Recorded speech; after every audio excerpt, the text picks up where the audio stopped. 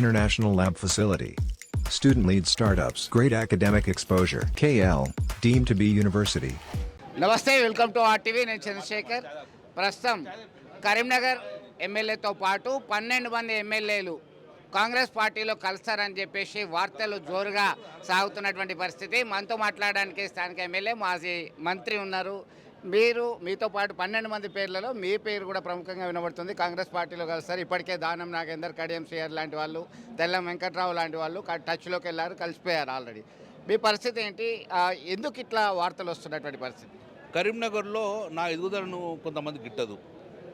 సుమారు 4 సార్లు కూడా నేను ఎమ్మెల్యే గెలిచాను ఓడిపోకుండా. 2 సార్లు కార్పొరేటర్ గెలిచాను. 6 సార్లు గెలవగానే నా మీద ఒకలాంటి పైశాచిక ఆనందం పొందాలి, నా క్యారెక్టర్ దెబ్బతీయాలని ఉద్దేశంతో ఇక్కడ కొంతమంది పనికిరాని చిన్న చిన్న ఛానల్స్ పేపర్లు, పనికిరాని పేపర్లు, క్రెడిబిలిటీ లేని పేపర్లు, నా ఒక వ్యక్తిగత ప్రతిష్ట దెబ్బతీస్తుంది కూడా ఆన్లైన్ పేపర్ రాసి దాన్ని వైరల్ చేశారు. అంతే తప్ప కానీ మరి నిజంగానే అటువంటి ఆలోచన ఉంటే గిట్ట ఇంత పెద్ద 100 సంవత్సరాలు నడిపిన ఛానల్స్కు ఒక్కలు ఇవ్వలే, స్టాండర్డ్ ఉన్న ఛానల్స్లకు రాలేదు, స్టాండర్డ్ ఉన్న పేపర్లకు రాలేదు. నిజంగా వాళ్ళకి అటువంటి ఇన్ఫర్మేషన్ ఉంటుండే కదా. కరీంనగర్లో కొంతమంది పనిగట్టుకొని నా క్యారెక్టర్ దెబ్బతీయాలి, నేను బాధపడితే ఆనంద పైశాచికందం పొందే వాళ్ళు మాత్రం ప్రచారం చేశారు. ఇందులో ఎక్కడో వాస్తవం లేదు. మా కేసీఆర్ ఫ్యామిలీకి, కేటీఆర్ ఫ్యామిలీ నాకు తెలుసు. అయినా రేవంత్ రెడ్డి గారు కూడా అటువంటి ఆలోచన పెట్టిండని నేనైతే నమ్మతలేను. కాబట్టి ఇవన్నీ కూడా ప్రచారము. ఇప్పటికే చాలాసార్లు నా మీద ఒక బీసీ బిడ్డను కూడా చూడకుండా నా మీద చాలా వ్యక్తిగత ఆరోపణలు చేశారు. ఇవి రుజువు కాలేదు, చూడంగా రుజువు కాదు.